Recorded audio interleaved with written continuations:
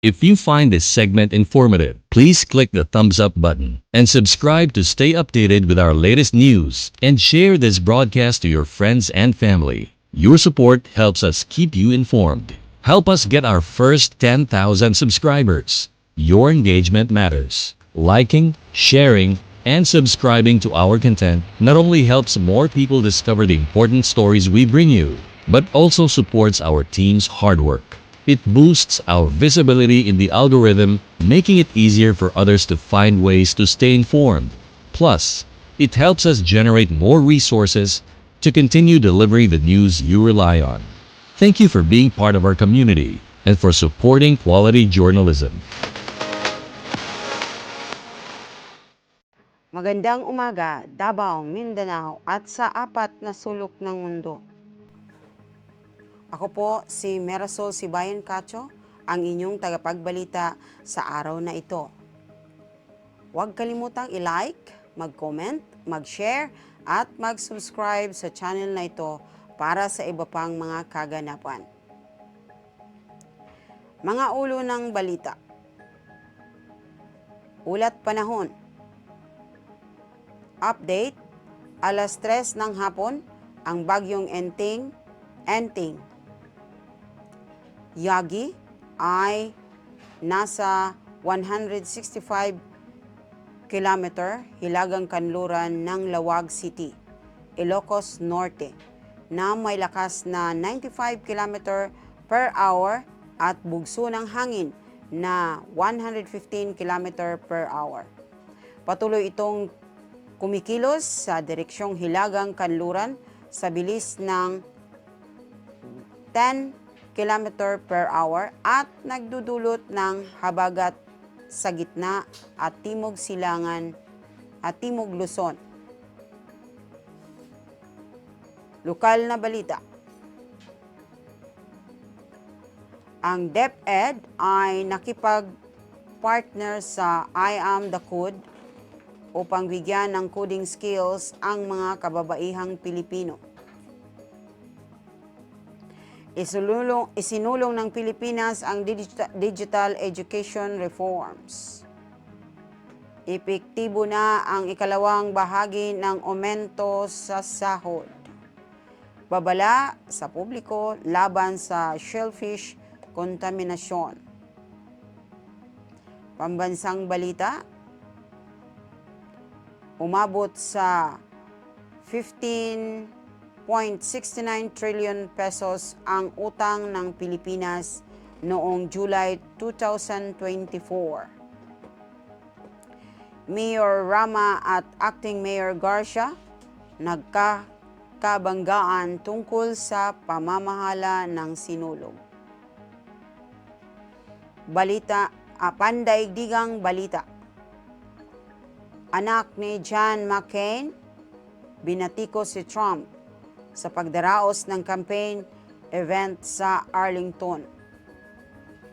Dosi-dosenang nasawi sa pag-atake ng Russia sa isang military educational facility sa gitnang Ukraine. Balitang aliwan. Bakit gustong-gusto nating manood ng mga spy movies mula sa misyon? Impossible hanggang slow horses. Pansamantalang pinigil ng hukom ang paggamit ng Trump campaign ng kantang Hold On, I'm Coming. Balitang palakasan. Oksana Masters, tinuruan ako ng sports na okay lang tanggalin ang mga prosthetics legs ko sa harap ng iba at manatiling malakas. Sino ang mga armless archers na sumisikat sa Paralympic Games? Mga tampok na kwento. Jose Rizal, ang pinakamahusay na bayani ng Pilipinas. George Washington, ang ama ng Amerika. Trivia, alam mo ba si Dr. Jose D. Rodriguez ay isang mahalagang tao sa kinabukasan ng nuclear science sa Pilipinas. Ulat panahon. Alas 3 ng hapon ang bagyong Enteng, Yagi, ay nasa 165 km hilagang kanluran ng Lawag City, Ilocos Norte. Taglay ang lakas ng hangin na 95 km per hour at bugso ng hangin na 115 km per hour. Ito ay kumikilos pahilagang kanluran sa bilis na 10 km per hour at nakakaapekto sa habagat na nagdadala ng pag-ulan sa gitna at timog Luzon. Sa Ilocos Norte at Ilocos Sur, ang bagyong Enteng ay nagdudulot ng mga pag-ulan at malakas na hangin na nagdudulot ng pangamba sa posibleng pagbaha at pagguho ng lupa.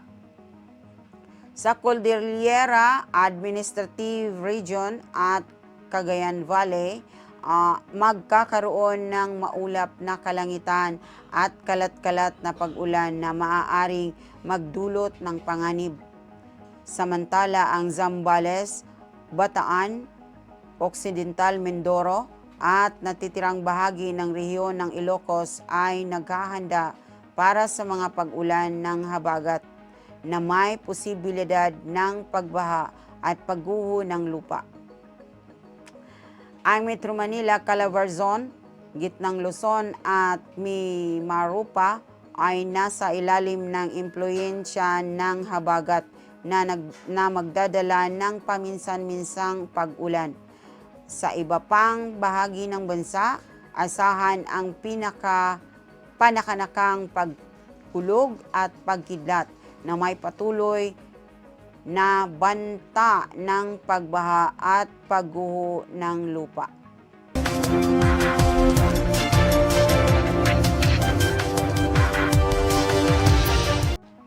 Lokal na balita.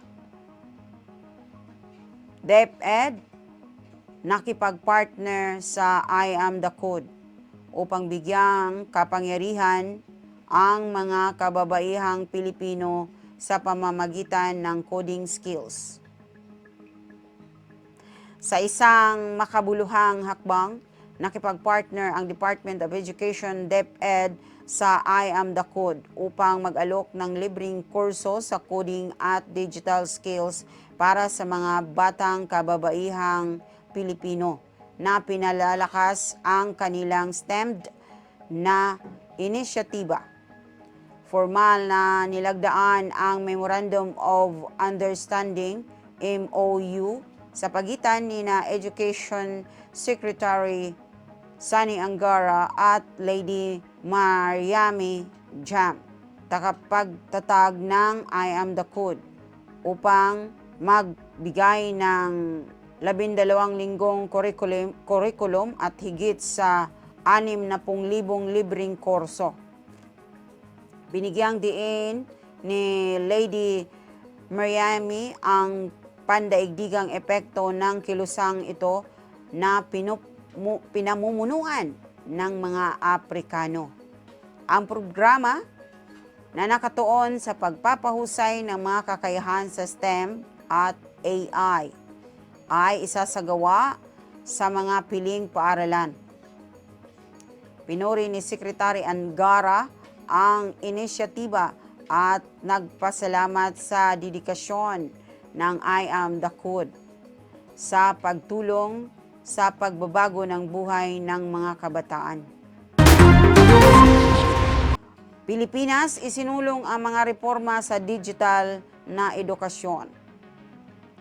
Sa ika-13 ASEAN Education Ministers Meeting, hinimok ni Philippine Education Secretary Sani Angara ang mga bansang ASEAN na bigyang prioridad ang digital na transformasyon sa edukasyon upang ihanda ang kabataan ng rehiyon sa mga hamon ng hinaharap. Binigyang din niya ang kahalagahan ng mga proaktibong reforma At bagaman digital ang kinabukasan, nananatili ang edukasyon bilang isang human endeavor na nangangailangan ng matibay na mga institusyon at patakarang nakabatay sa ebidensya. Sa ilalim ng pamumuno ni Angara sa CMU, inilunsad ng Pilipinas ang mga inisyatibang gaya ng DepEd, DGED 2028 para isulong ang digital na edukasyon. Binanggit ni Angara ang kapangyarihan ng kooperasyon para makamit ang kahusayan sa edukasyon at ang sama-samang pangako ng ASEAN sa pagpapaunlad ng edukasyon sa rehiyon. Second tranche ng pagtaas ng sahod epektibo na.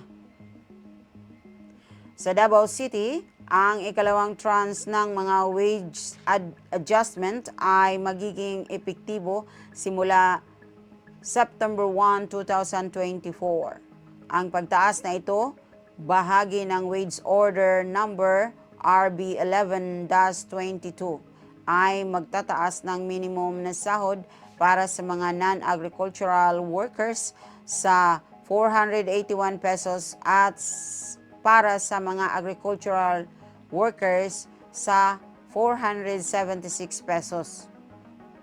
Noong unang bahagi ng taon, ipinatupad ng Regional Board 11 ang 38 pesos na pagtaas ng minimum na sahod na hinati sa dalawang tranche. Ang unang tranche ay nagtataas ng sahod sa 462 pesos para sa mga non-agricultural workers at 457 pesos para sa mga agricultural workers simula March 6, 2024. Ang nalalapit na pag-aayos na ito ay nagpapatuloy sa pangako ng pagpapabuti ng kompensasyon ng mga manggagawa sa Rehiyon 11. Babala sa kontaminasyon ng shellfish. Naglabas ng babala ang City Veterinarian Office o CVO ang Davao City laban sa pagkain ng green mussels o tahong matapos magpositibo sa paralytic shellfish poisoning PSP ang mga sampol mula sa Villarreal, Samar. Ang PSP ay isang seryoso at posibleng nakamamatay sa kondisyon. Hinikayat ng CVO, katuwang ang Bureau of Fisheries, ang Aquatic Resources, BFAR, ang publiko na iwasan ang mga shellfish mula sa mga apektadong lugar. Ayon sa pinakabagong shellfish bulletin ng BFAR, may patuloy na toxic red tide sa iba't ibang rehiyon. Ang mga sintomas ng PSP ay kasama ang pamamanhid ng muka, pagsusuka at paralysis. Kailangan ng agarang medikal na atensyon upang makakain ng kung makakain ng kontaminadong shellfish.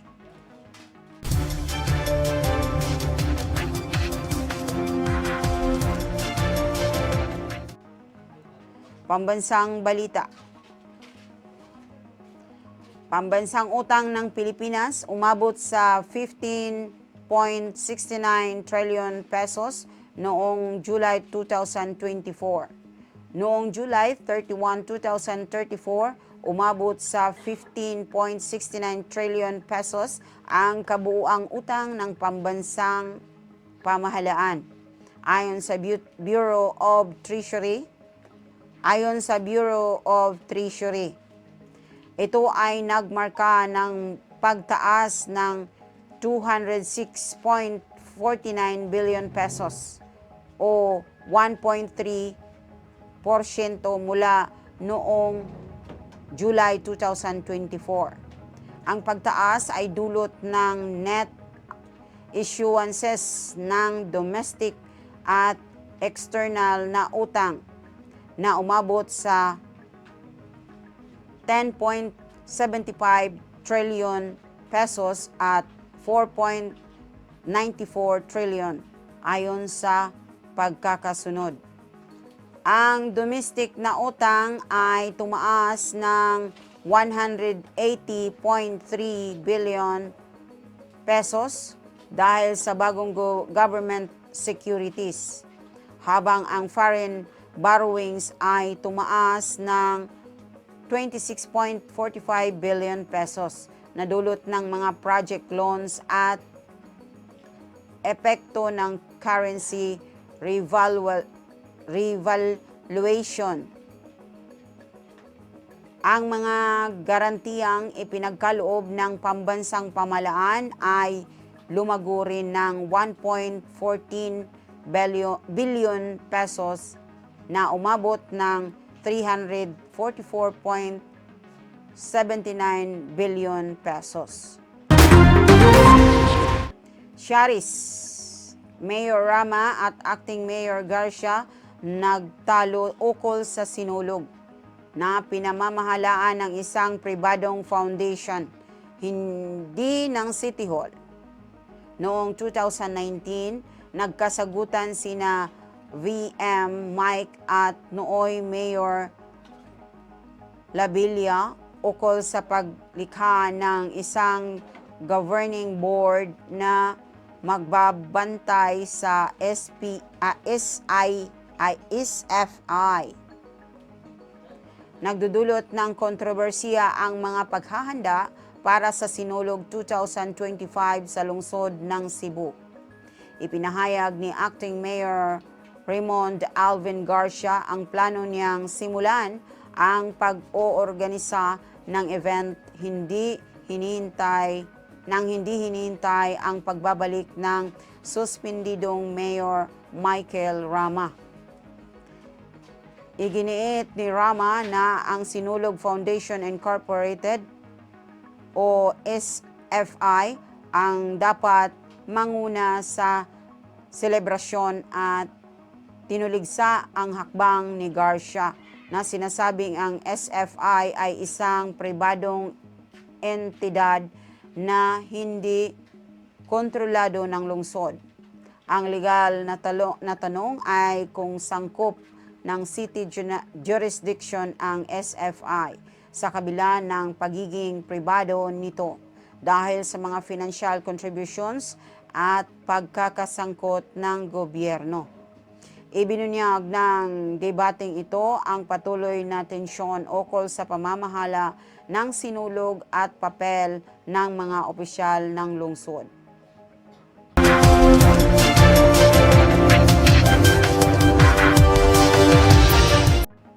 Balitang pang-internasyonal. Eksklusibo, anak ni John McCain, tinuligsa ang pagbisita ni Trump sa Arlington bilang paglabag at ginagawang backdrop ng kampanya ang sementeryo. Binatikos na First Lieutenant Jimmy McCain, anak ng yumaong Senator John McCain, ang dating Pangulong Donald Trump dahil sa pagdaos ng isang kampanya sa Arlington National Cemetery na tinatawag niyang isang paglabag sa kabanalan ng lugar. Kamakailan lang, nagpalit ng partido si McCain at lumapit sa Demokratiko, kung saan plano niyang suportahan si Kamala Harris na nalalapit sa nahalalan. Ipinahayag niya ang kanyang pagkadismaya na nagsasabing hindi dapat gamitin ang ganitong lugar bilang backdrop ng politika. Ang kanyang posisyon ay nagmamarka ng isang makabuluhang paglayo mula sa kanyang konserbatibong pinagmulan na umaayon sa Partido Demokratiko sa gitna ng mas malawak na pagbabago sa loob ng kanyang pamilya. 12 ng patay sa pag-atake ng Russia sa isang military educational facility sa gitnang Ukraine. Isang pag-atake ng missile mula sa Ukraine sa isang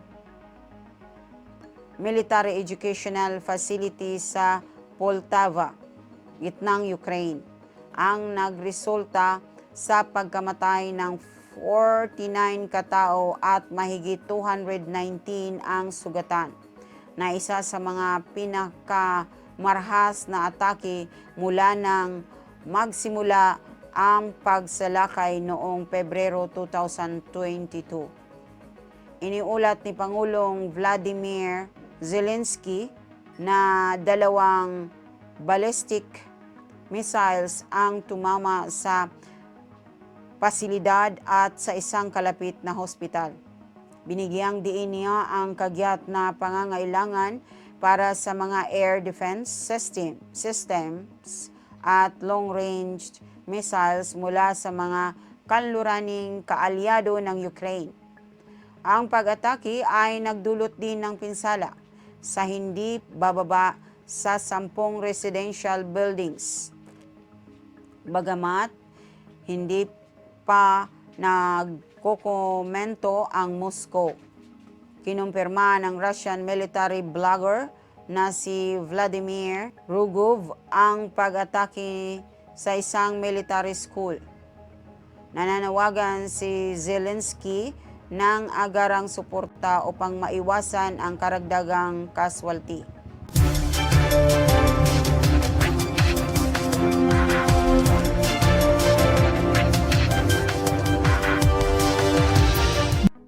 Balitang aliwan mula misyon. Imposible hanggang slow horses.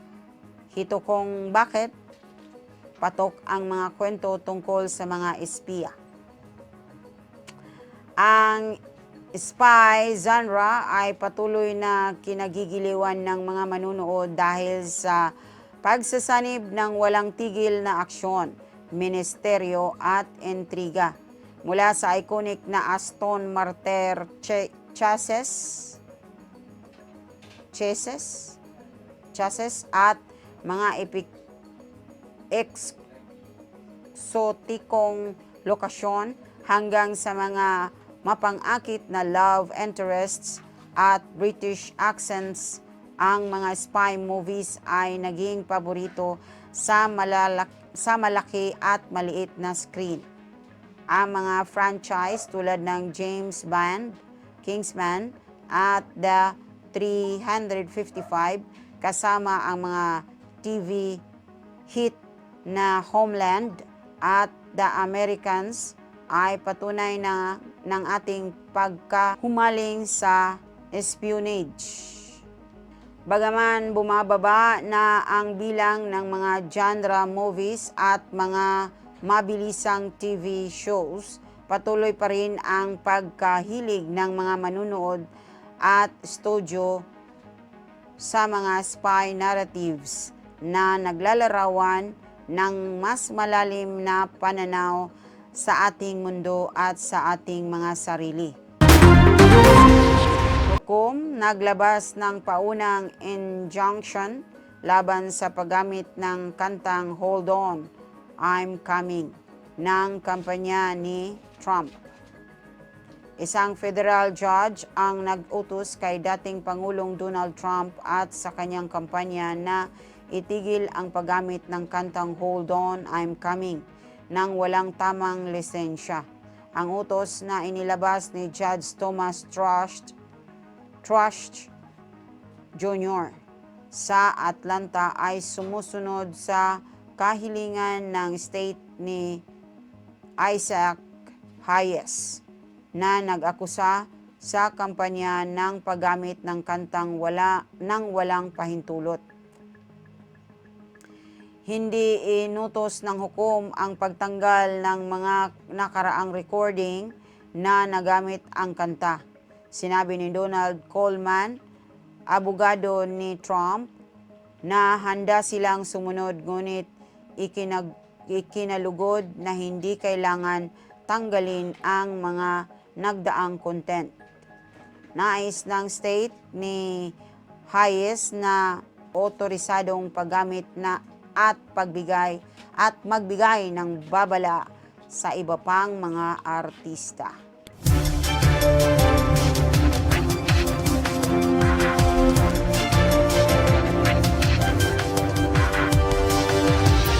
Balitang palakasan, Oksana Masters.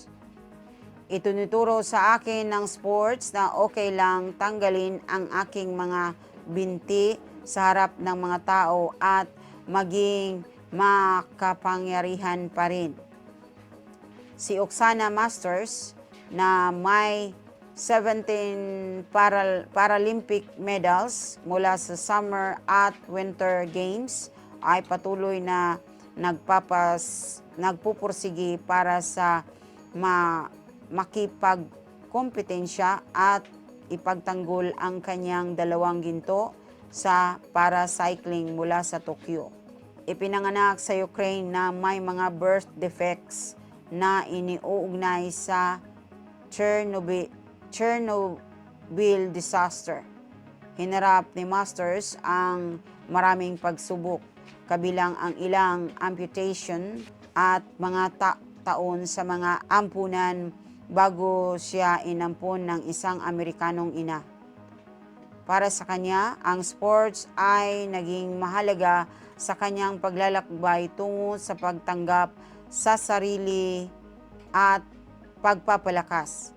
Matapos mag-transition mula sa rowing patungo sa skiing at cycling, nakatutok si Masters sa pagkamit ng perpektong karera kaysa sa paghabol sa podium results.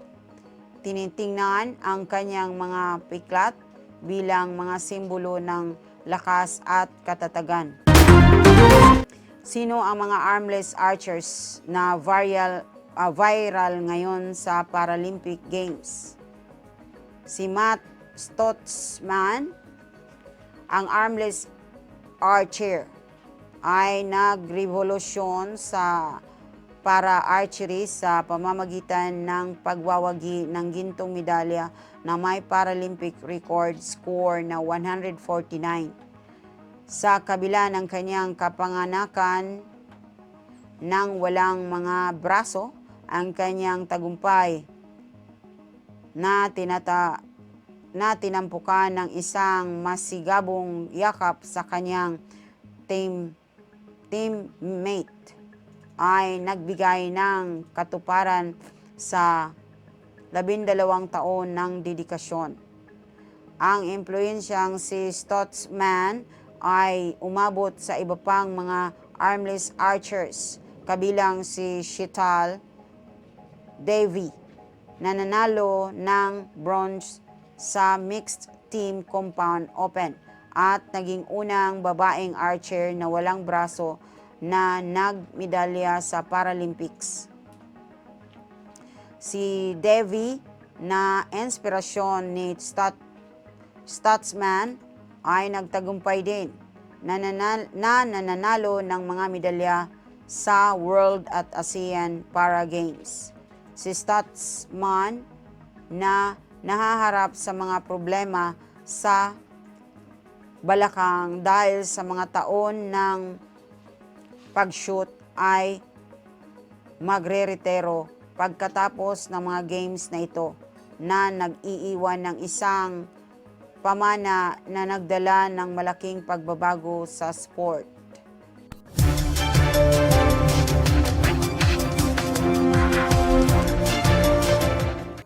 Tampok na mga kwento.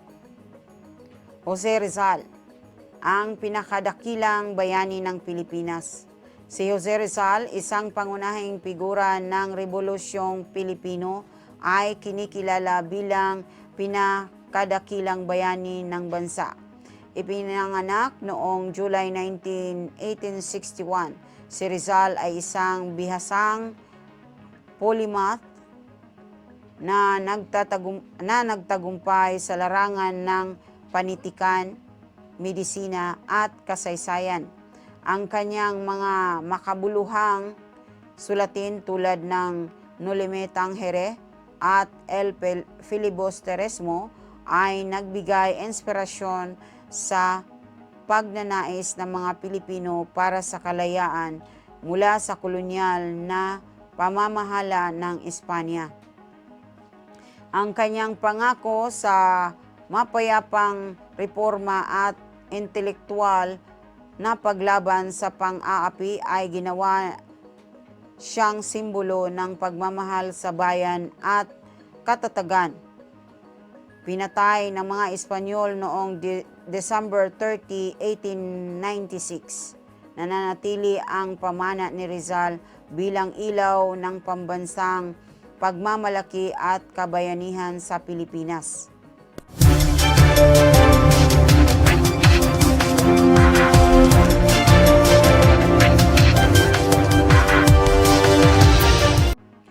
George Washington, ang ama ng Amerika. Si George Washington, ang unang Pangulo ng Estados Unidos, ay itinuturing na isang perpektong bayani ng Amerika. Ipinanganak noong February 22, 1732. Pinangunahan ni Washington ang Continental Army sa tagumpay laban sa mga British sa panahon ng American Revolutionary War na nagbigay daan sa kalayaan ng bansa.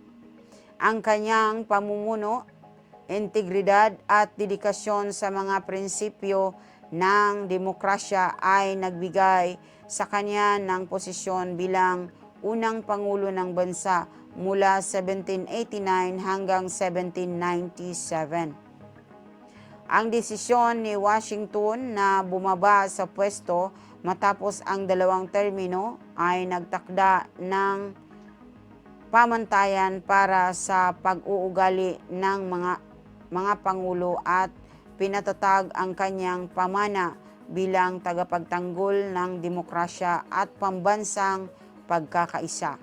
Kilala bilang ama ng kanyang bansa, ang mga kontribusyon ni Washington ay nananatiling pundasyon ng kasaysayan at mga pagpapahalaga ng Amerika.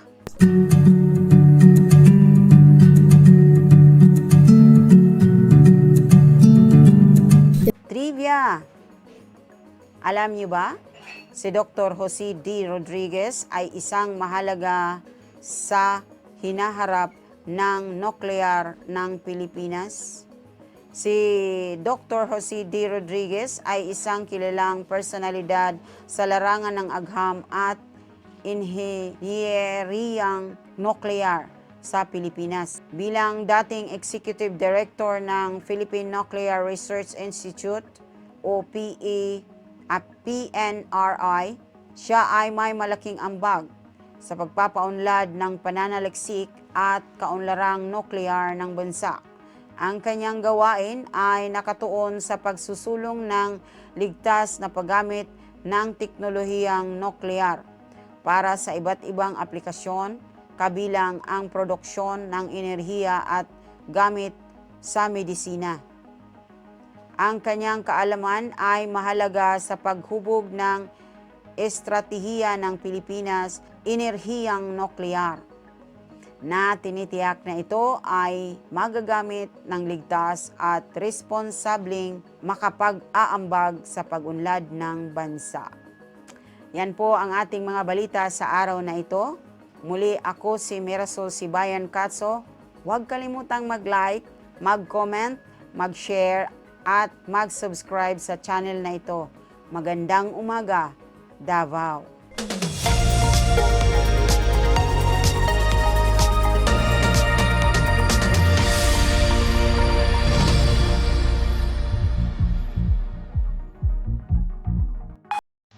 If you find this segment informative, please click the thumbs up button and subscribe to stay updated with our latest news, and share this broadcast to your friends and family. Your support helps us keep you informed. Help us get our first 10,000 subscribers.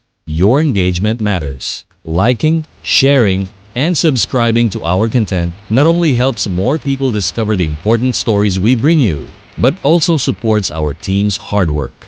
It boosts our visibility in the algorithm, making it easier for others to find ways to stay informed. Plus, it helps us generate more resources to continue delivering the news you rely on. Thank you for being part of our community and for supporting quality journalism.